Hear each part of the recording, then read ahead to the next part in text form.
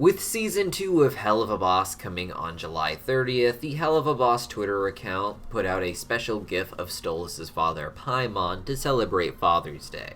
We're going to break this down as well as the history of the demon and his relation to Stolas, but real quick, I just want to remind you that we talk about this kind of news extensively as soon as it breaks over in our Discord server, where we're also constantly doing fun, cool events like our recent fan art contest and our Deepcut impersonation event.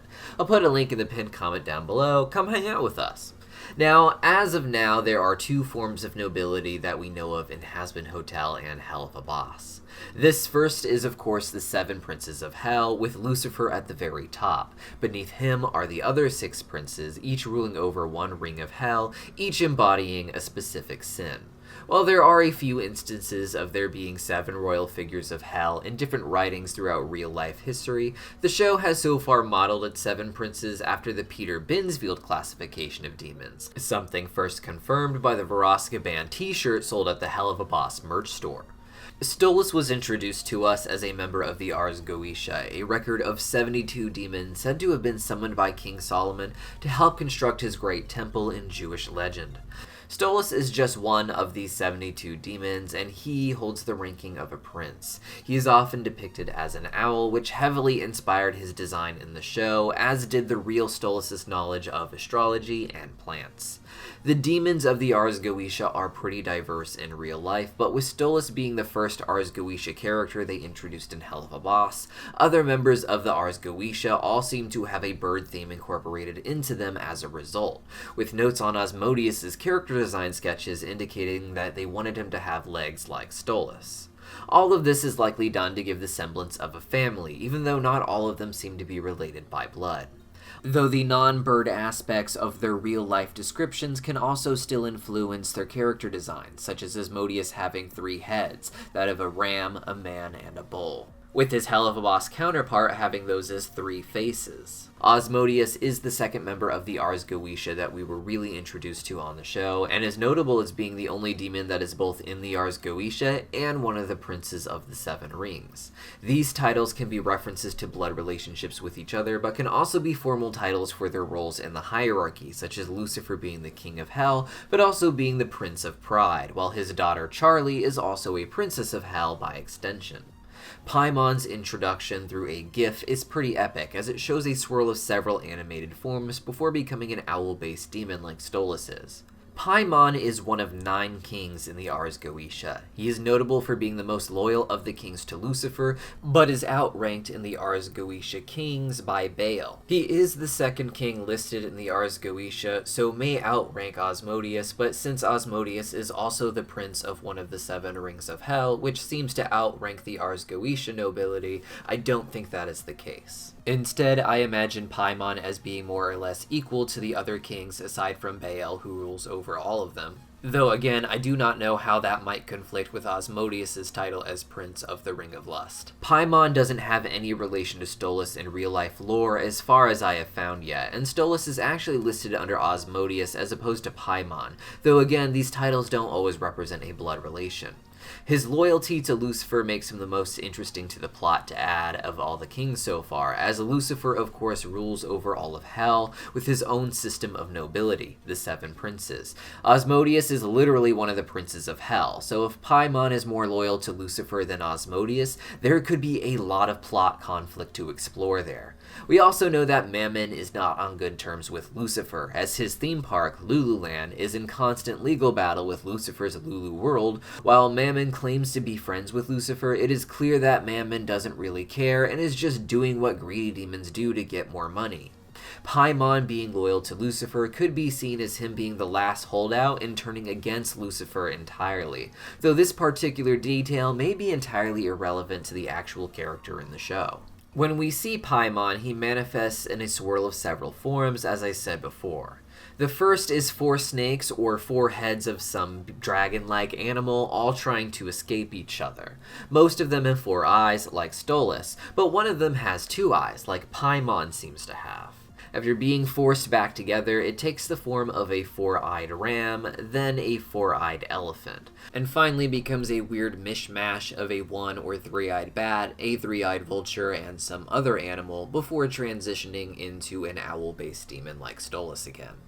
I've spent the last few hours trying to figure out what the relations of these different forms are, poring over the Lesser Key of Solomon and looking at the Beast of Revelation, but as of now I have not found any direct connection between these different forms. It may be that they are four demons being forced together, and that these are his four forms becoming Paimon, but they don't relate to the descriptions of the four cardinal kings, or are patterned off of any zodiacs or constellations that I could find with any relation to each other with any consistent patterns, so I don't really know.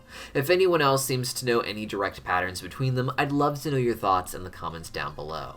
Demons as a whole are generally considered to be fallen angels, but in Helluva Boss and Hazbin Hotel, there is a distinction between the two. Lucifer is confirmed to be a fallen angel, giving him dominion over the demons of hell, the natural species like imp and succubus that evolved there, as well as the wildlife. Generally speaking, the other princes and Ars Goetia demons are considered to be fallen angels in real-life writings as well, but as far as the plot in Helluva Boss goes, it may not make sense for a character like Stolas to have knowledge of life in heaven. Instead, I theorize that Stolas is like Charlie, being the child of a fallen angel and perhaps mixed in with native demon blood as well. However, that doesn't have to be the case either. Before this reveal for Paimon, we were given character art for Andrielphus, who is described as being Stolas' brother-in-law as opposed to brother, despite their resemblance and both of them having a position in the Ars Goetia. Some fans took this to mean that he is the brother of Stolas' wife Stella, but they don't really look related in my eyes, though with cartoon demons you never really know. I also consider that he may be married to Stella's sister. I mentioned earlier how these titles are often for a sense of authority as opposed to relation, but with 9 kings, it may be that there are 9 bird families of the Ars Goetia, with them all intermarrying amongst each other to keep the royal demon blood in the family, with the rest of the titles being more about their roles in relation to the kings as opposed to the exact nature of their blood relations to each other. When exploring Stolas' past, it makes sense to bring in his father Paimon, which will likely show how young Stolas was eager to live up to his father's expectations and be a member of the Goetia family, something he talks about with pride to his own daughter. That being said, he made it clear that he didn't know what he was getting into when he married Stella, and that love and marriage are just not what he thought it would be when he took whatever vows you take in a marriage in hell. Everyone, even the Prince of Lust, seems to find it scandalous that Stolas would go to a pervy nightclub with an imp, and perhaps this sort of story will make it to Paimon, upsetting him, with Stolas getting into trouble down the road. Keep in mind that Stolas isn't just sleeping with an imp, but giving him a grimoire with access to the human realm that is largely unsupervised and causing a lot of trouble with the human governments. The goal of the demons as a whole seems to be to get humans to forget that demons are real, thus allowing them to come up to Earth and lure them into lives of sin that get them sent to hell. This of course only leads to the overpopulation of hell, and with hell overpopulated, angels known as exorcists come down each year to exterminate as many of the sinners as they can. This is something that is actually helped facilitated by Lucifer himself. Their goal is to get as many human souls as possible, even if they will end up being destroyed after in the exterminations, as Lucifer would rather ruin God's creations and then destroy them than let God have them at all. In addition to this, the demons seem to be trying to mess with the earth in other ways, perhaps with goals of ruling it themselves from the shadows and causing even more suffering on Earth, making it a second hell, or even destroying it entirely so no more humans could be made. If Blitz revealed the existence of demons to the human governments, this could destroy their plans and create a world where humans are hyper-aware of the existence of the afterlife and build a world where everyone is given ample opportunity to get into heaven. And Stolas would be the one that allowed Blitz to do this, all so that he could have his fun with him. I doubt Paimon would like that, especially as someone who is most loyal to Lucifer, who rules over all of the sinners who are only allowed to exist in the Pride Ring. But what do you guys think? Let me know your theories in the comments down below, and while you're down there, click the link to our Discord server so you can talk to us about them there. Click up here to see our most recent video about the Prince of Greed, Mammon, and how he might be inspired by McDonald's characters like Ronald and Grimace, or click the link below in order to see our video about how Lucifer plans to take over the Earth. See you guys next time!